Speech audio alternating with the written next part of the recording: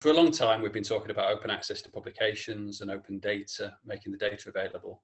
So open research is really about extending those principles, those same principles of openness throughout the entire research life cycle. So that might be right from the beginning, from formulating your research question collaboratively, perhaps online, and then potentially sharing early versions of a paper through a preprint server, for example, sharing early data at that stage potentially. Open peer review, having other peers comment on that in a more informal way, rather than just presenting it as a fait accompli, having gone through peer review with 2 peer reviews from a journal and then appearing as a finished product in the public domain.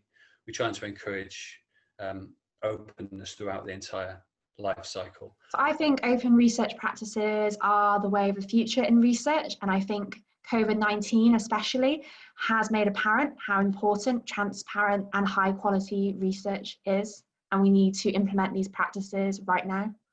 Open research, I think, ultimately allows us to just get things right more often, more of the time, get closer to the truth more of the time, and by including as many people as possible in the process. That's an important aspect of open research, right? And a big part of what we're trying to do as a sector, and not just at Leeds, but as a sector, is trying to promote research integrity for its own sake.